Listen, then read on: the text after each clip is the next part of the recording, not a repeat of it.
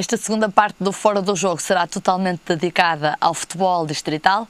Comigo tenho o ex-presidente do Futebol Clube de Avintes, Manuel António Ribeiro, clube que, aliás, Avintes, que foi recentemente a eleições e que elegeu como novo presidente José Pedrosa. Manuel António Ribeiro, obrigada por estar no Fora do Jogo. O Manuel António Ribeiro já tinha estado à frente do Avintes entre 2004 e 2006. Se a memória não me falha, na altura saiu em ruptura, entre aspas, com a Câmara Municipal de Gaia. Voltou porquê? Uma pequena correção, não foi em ruptura com a Câmara de Gaia. Eu gostava que... Em desacordo? Se calhar, não em acordo. Eu gostava que o processo relativamente ao estádio, que nasceu torto e provavelmente vai morrer torto, é uma opinião pessoal, que tivesse um desfecho melhor que o que teve relativamente ao que ocorreu em 2006, quando na venda do terreno onde se realizavam os jogos, os treinos, e foi vendido à Sonai, e acho que poderia ter existido ali um outro resultado, um outro fim que pudesse beneficiar o clube. Se calhar tínhamos ali uma oportunidade, se calhar única, de, através desse terreno, concentrar todas as valências, todas as atividades do clube só num estádio. Foi com essa esperança que regressou em dezembro de 2010 para liderar uma comissão administrativa? Não foi com esse intuito, até porque era impossível. Se nessa altura em que entrou dinheiro no clube não conseguiram pagar as dívidas que o clube tinha, muito menos agora numa comissão administrativa, em que, mais uma vez, e depois de mais dinheiro entrado no clube, lamentavelmente não foi regularizada a dívida que o clube tinha, ou seja, continua a persistir essa dívida. A comissão administrativa nasce porquê? Porque em novembro de 2010, a direção, que na altura estava em exercício, apresentou a demissão, ela como todos os órgãos sociais, porque existia uma dívida às finanças por não entrega do IVA ao Estado. Portanto, essa dívida originou todos os processos que as finanças desenvolveram, até ao teto que terminou com uma venda em esta pouco do Parque Joaquim Lopes. Ou seja, com aquela pressão que existiu, a direção, ou por incapacidade, ou por receio, ou por algum até medo de ficar ligado à perda do único património que o clube tem, dele, que é o Parque Joaquim Lopes, acabou depois acabaram-se por demitir. Entretanto, várias reuniões que existiram no sentido de arranjar uma solução para o clube. Nessas reuniões acabou-se por ser sugerido, ser pedido para que eu assumisse pelo menos os destinos do clube até março de 2011. Isto porquê? Porque até março ficaria resolvido, e aí eu prontifiquei-me, depois de várias reuniões, a assumir, porque até março ficava resolvida a questão da asta pública, da venda do terreno, que ia ocorrer em 25 de janeiro, que teríamos que arranjar uma verba de 112 mil euros, que eram 92 mil do IVA, mais os juros que àquela data rondavam esse valor. Pronto, então a Comissão Administrativa que fez foi angariar essa verba.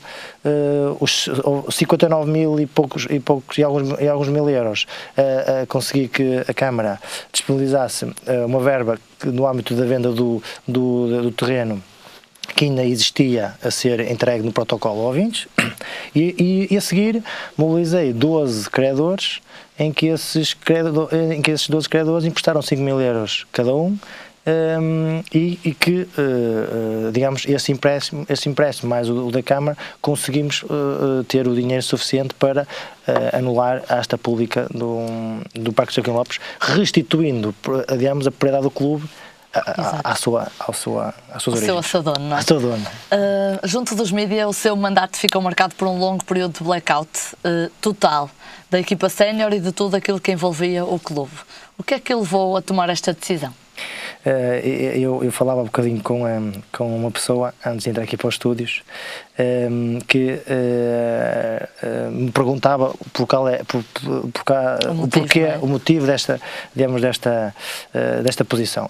Uma posição é muito simples. Nós entramos no clube com o cenário que acabei agora de descrever.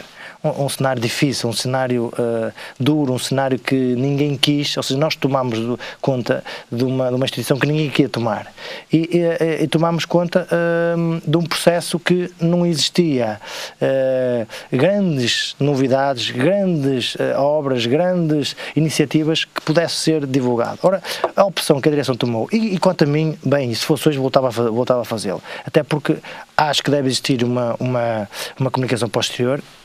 É verdade, perdão, deve existir uma comunicação posterior, mas essa comunicação posterior deve ser de algo positivo, algo de bom, alguma iniciativa, alguma... Mas não tinha que partir também essa mensagem positiva do interior do clube?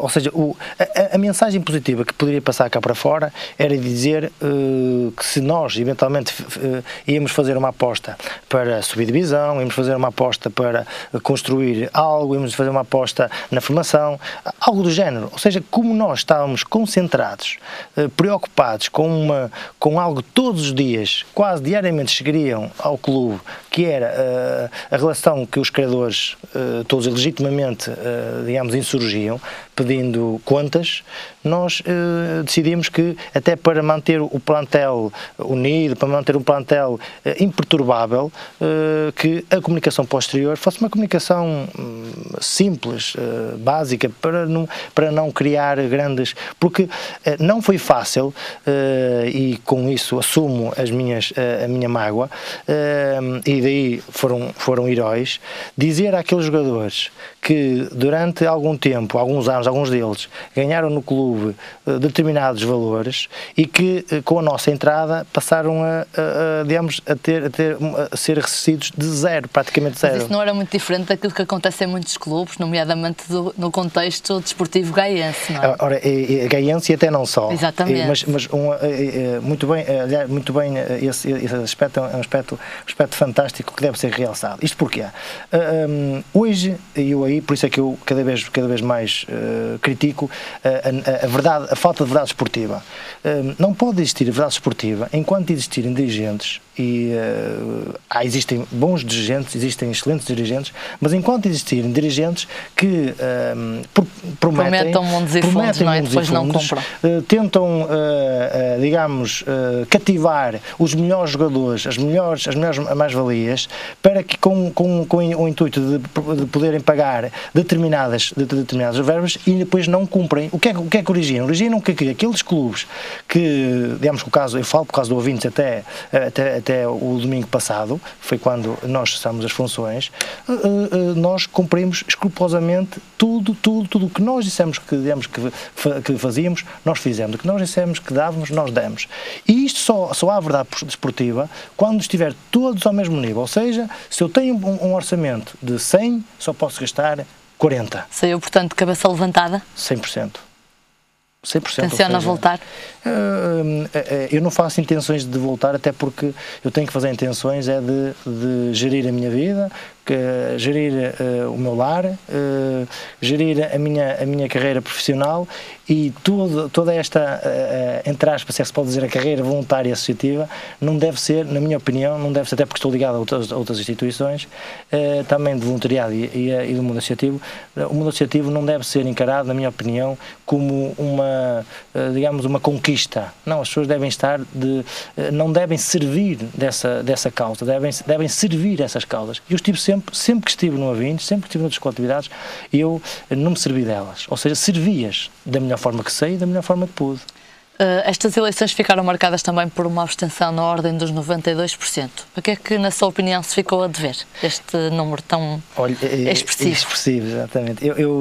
Eu vejo o caso do Futebol Clube Vintes como vejo até a nossa política do nosso país. Ou seja, hoje as pessoas cada vez acreditam menos nos políticos. Porquê? Porque os políticos são vítimas das suas próprias atuações, são vítimas das suas próprias ações. O que acontece no Futebol Clube da Vintes. O Futebol Clube da Vintes, a instituição, é vítima dos sócios que... porque quem Mas faz... quer com isso dizer que, no fundo, acabou por ser vítima das suas decisões e da política que, entre aspas, quis levar ao ouvintes? Não, esta é porque eu não tenho dúvidas nenhumas que em anteriores eleições, aliás, se a memória não me faz nem me atraiçoa, o Futebol Clube da Vintes, em 90 anos, penso que só teve 2 eleições, 2 em que houveram mais que uma lista. Essas 2 eleições foram comigo. 2004, 2006, em 2011? Não, agosto de 2011, quando terminou a Comissão Administrativa e iniciámos como direção. Exatamente. Houve um ato eleitoral com 2 listas e agora em março ou seja, 2013, agora nesta altura. Ou seja, isto dá-me, digamos, alguma alegria por haver a participação de pessoas que querem tomar conta do clube, que querem apresentar as ideias, que querem desenvolver projetos. Agora, o que eu noto e continuo a notar, de igual forma na nossa sociedade, no Futebol Clube da Vintes, o que acontece, e provavelmente também noutras coletividades, é que as pessoas, como por vezes as assembleias são retratadas ou existem comportamentos que as pessoas, fruto de... Até também assumo que têm outras prioridades hoje, as famílias. Hoje têm umas prioridades e têm outros gostos de irem para um shopping, de ir para passar um fim de semana, de irem a... percebo perfeitamente, aliás, por exemplo, o ato eleitoral foi numa quinta-feira antes da Sexta-feira Santa. Ou seja, tínhamos um fim de semana prolongado. As pessoas preferiram, antes de irem, se calhar terem um fim de semana, do que eventualmente ir para o ato eleitoral. Logo a presença... Há uma maior abstenção. Exatamente. As condições em que deixou o clube permitem que o novo presidente se sente na cadeira desde o princípio descansado? Ainda bem que toca nesse ponto, que é outra coisa que também me deixou com imensa mágoa, é sentar-se na cadeira. Eu acho que as pessoas, a partir do momento, e aliás eu se voltar a ter relação ou algum poder de decisão no clube, uma das coisas que eu irei propor no futuro, nos estatutos, é alterar os estatutos nesse sentido, ou seja, quem abandona o clube, quem compromete-se a cumprir o mandato e por razões, sejam por razões de força maior, não cumpre o mandato, não deve ter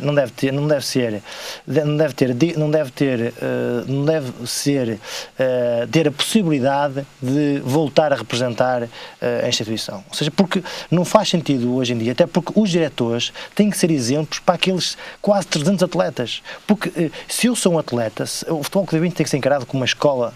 Não é uma escola de futebol, é uma escola humana em que entram ali, os atletas estão de manhã com professores na escola, a ensinar pedagogicamente, e ao final do dia têm que ir para uma outra escola, e a escola é futebol, mas nessa escola de futebol não aprendem só a jogar futebol. Ora, os meus exemplos têm que vir de cima. Vão refletir-se, e os dirigentes têm que cumprir com as suas funções até. Por isso espero que a nova direção cumpra até ao fim, e acho que tem condições, porque foi feito o trabalho árduo, nós conseguimos abater uma dívida de 242 mil euros em janeiro de 2011, conseguimos passar para 120 e poucos mil, ou seja, abatemos 109 mil euros em 2 anos. Nos dias de hoje, com as dificuldades que nós temos hoje, acho que é um trabalho de enorme peso, um trabalho de enorme esforço, feito por todos os diretores que acompanharam. Não, António Ribeiro, tenho indicações que o nosso tempo já chegou ao fim, mas não posso deixar de lhe fazer esta pergunta. Recordo-me que o Sebastião foi um treinador escolhido por si, internamente, porque na altura era treinador dos Júniores, saiu em ruptura consigo. O que é que despoltou este desentendimento? Não, ou seja, não saiu em ruptura, eu saiu ruptura comigo, eu não saí em ruptura com ele. Ou seja, foi a decisão que nós tomamos, não passou por ele, passou por uma outra opção legítima, não tenho nada contra o Michel Sebastião, a nossa decisão não passou pela sua prestação, mais nada. Obrigada, nesta altura a nossa decisão passa para outra rubrica. Obrigada pela presença no Fora do Jogo e felicidades para a sua vida. Apresento-lhe agora a capa de desporto do jornal Audiência, que estará nas bancas amanhã.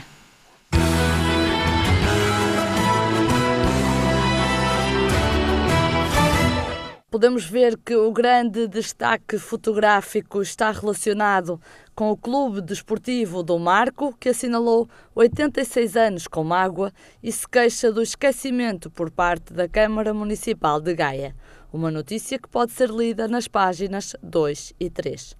Na coluna da esquerda tem lugar o futebol. Começamos pela segunda Liga. Belenenses festeja título de campeão frente ao Sporting B.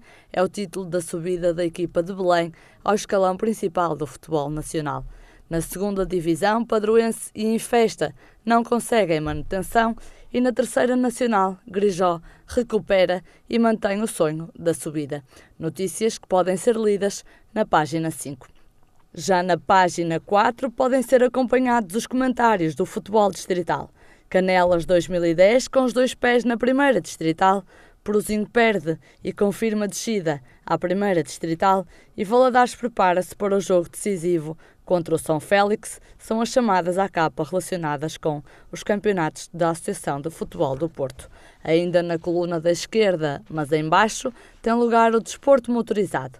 Oguier com asas no Rally de Portugal para acompanhar nas páginas 8 e 9 e à direita, no futsal, Módicos garante a manutenção. Por fim, no hóquei em patins, o Futebol Clube do Porto assume a liderança após vitória sobre o Braga por 7-1. Estas e outras notícias podem ser lidas amanhã na secção do desporto do Jornal Audiência, numa banca perto de si.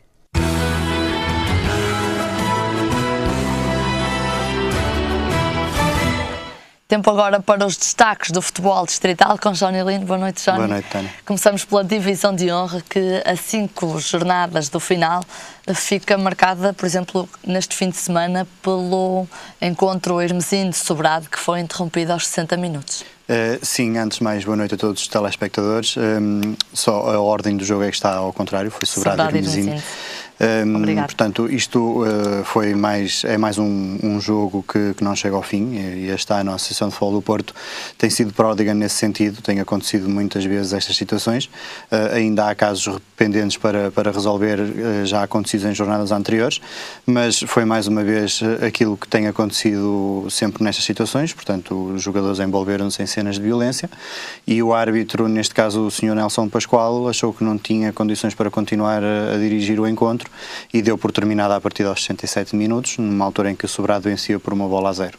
Outro encontro que também fica marcado por confrontos, mas já no final dos 90 minutos, é o jogo que colocou frente a frente Lixa e Oliveira do Douro.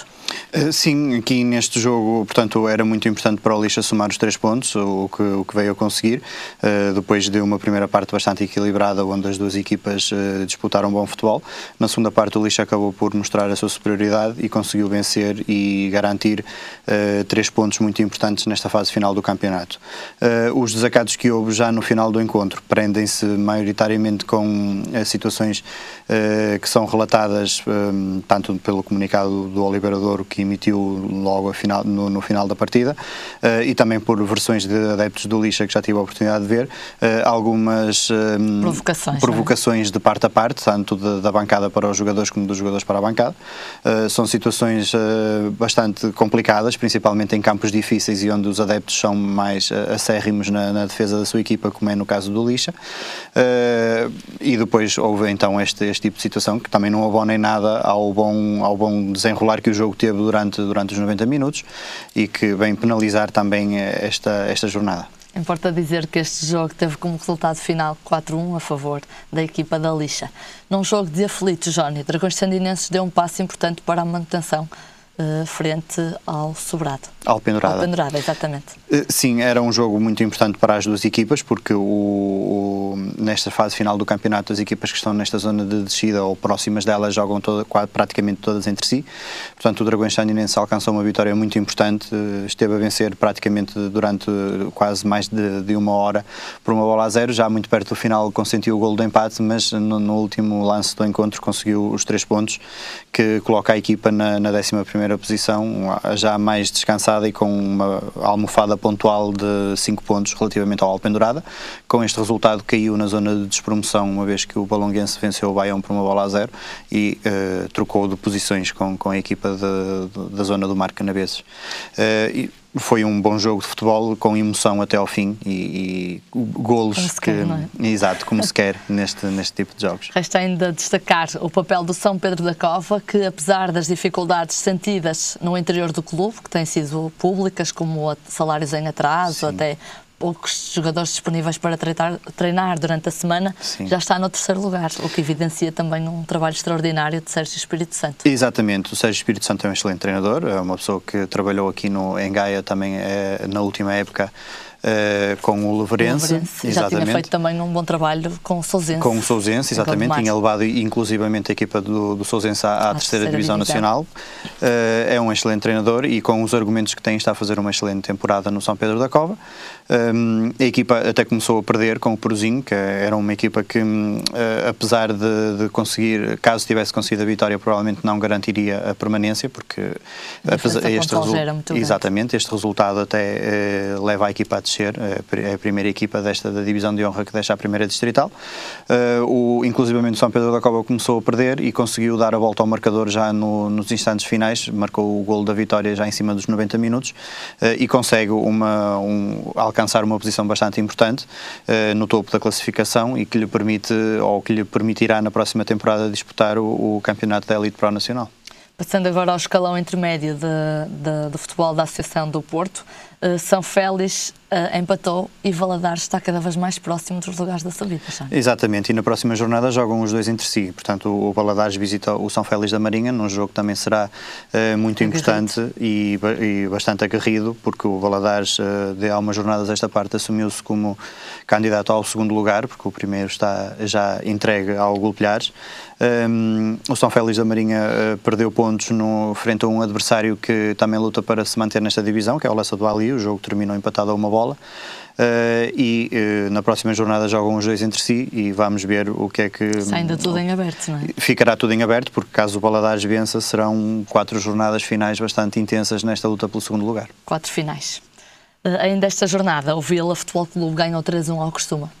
Sim, foi um derby bastante disputado, como se quer e como costumam ser os derbys no Concelho de Gaia. Portanto, o Vila acabou por ser mais forte, a equipa quer chegar aos 5 primeiros lugares, porque estes 5 primeiros lugares podem inclusivamente dar todos acesso à subida de divisão, porque ainda há acertos a fazer relativamente às equipas que disputarão o campeonato da Elite Pro Nacional e depois serão repescadas equipas que terão que ser para formar a divisão de honra, que para o ano terá 16 clubes. Portanto, quanto mais alto a equipa conseguir ficar, mais hipóteses tem de subir mais um escalão. O Vila quer, o objetivo de início da época é ficar entre os 5 primeiros classificados. Tem um adversário de peso pela frente, que é o Leverense. Este fim de semana a equipa ganhou em casa ao Pedroso por 2-0 e não desarma também neste objetivo já antigo de querer ascender à divisão de honra. Pode ser que este ano consiga, vamos ver o que é que os últimos jogos nos reservam também neste capítulo. No próximo fim de semana, Johnny, há também um derby dos antigos que vai colocar frente a frente Lever e Costuma. É um derby muito intenso, principalmente duas freguesias rivais em quase todos os aspectos. Níveis, não é? Exatamente, em quase todos os aspectos. Já a história mesmo originária da barragem e tudo. Já, o centro de estágio, exatamente. Apesar dele depois ser denominado Olival Costuma. Mas estas duas freguesias têm uma história de disputas bastante acesa. No futebol não fica atrás, portanto é quase o jogo do ano para estas duas equipas. Vamos ver quem chega ao fim com um sorriso na boca. Penso que o Leverense terá vantagem sobre o Costuma devido aos últimos resultados, porque há 2 jornadas atrás venceu o líder Golpilhares por 3-2. Este fim de semana conseguiu já também nos instantes finais vencer o Progresso por 3-2, pelo mesmo resultado. Está no 7º lugar com 44 pontos, quererá também alcançar o máximo de pontos possíveis para conseguir ficar na melhor classificação possível esta temporada. Portanto, penso que estão reunidas todas as condições para termos um excelente jogo em Lever no próximo domingo. Passando agora à Série 2 da primeira divisão, este fim de semana a Aliança da Gandra empatou com o Folgosa da Maia por 2-2 e volta a trocar de posição com o Gondim. Sim, aqui vai sendo recorrente e não vale a pena estar a focar sempre no mesmo assunto. A indefinição e a competitividade nesta série vai se manter até ao fim. Será praticamente impossível nós anteciparmos um vencedor como nas outras séries e nas outras divisões. Aqui é tudo muito confuso porque uma equipa que vença hoje e que perca amanhã sobe e desce 3, 4 posições assim num abrir e fechar de olhos. Temos equipas, jogos muito importantes, como por exemplo a Aliança de Gandra, que poderia ter ascendido ao primeiro lugar, empatou a 2 bolas com o Folgosa da Maia. O Citânia Sanfins venceu e no próximo fim de semana folga e sabe que pelo menos o primeiro lugar não irá perder. Agora tudo se resume aqui a uma luta bastante intensa entre 3, 4 equipas pela segunda posição. Penso que há uma surpresa, Sónia, que o Vilarinho surpreendeu o Maia Lidador. Sim, era um resultado que o Maia certamente não estaria à espera, porque o Vilarinho, apesar de ter sido uma equipa assumida como candidata à subida, não teve uma época a esse nível. O Maia Lidador já de há alguns anos esta parte que quer voltar ao topo do futebol, porque esta equipa advém do Futebol Clube da Maia, portanto já está nos distritais há tempo demais para aquilo que os seus dirigentes teriam em mente, e foi um resultado que não veio dar um passo atrás, mas tendo em conta também aqui a indefinição que está latente nesta série, é possível que na próxima jornada consiga voltar ao segundo lugar. Na Série 1 da 2ª Divisão, Johnny, para terminarmos, eu destacaria a primeira vitória da época dos Estrelas de Fanzers. Sim, foi um bom jogo de futebol. O Estrelas de Fanzers já há algumas jornadas que vinha desenrolando um bom futebol e fazendo bons jogos. Apesar de perder praticamente sempre deu luta, de umas jornadas esta parte. E esta vitória é um prémio muito merecido para os seus jogadores e para o clube em geral, que nunca desistiu, porque tantas derrotas e tantos golos sofridos ao fim de determinado tempo poderia levar ao abandono. Isso não aconteceu e está aqui o prémio. Foi uma vitória já quase perto do fim do campeonato, mas que dá ânimo e alento para os próximos jogos e quem sabe para a próxima época. Para o final. Obrigada, Johnny. Até à próxima segunda-feira. Obrigado, igualmente. Fica por aqui este Fora do Jogo de hoje. Relembro que tenho um e-mail e uma página no Facebook onde nos pode acompanhar. Voltamos na próxima segunda-feira. Não se esqueça, até lá, fique na companhia da RTV. Não fique de fora do Fora do Jogo.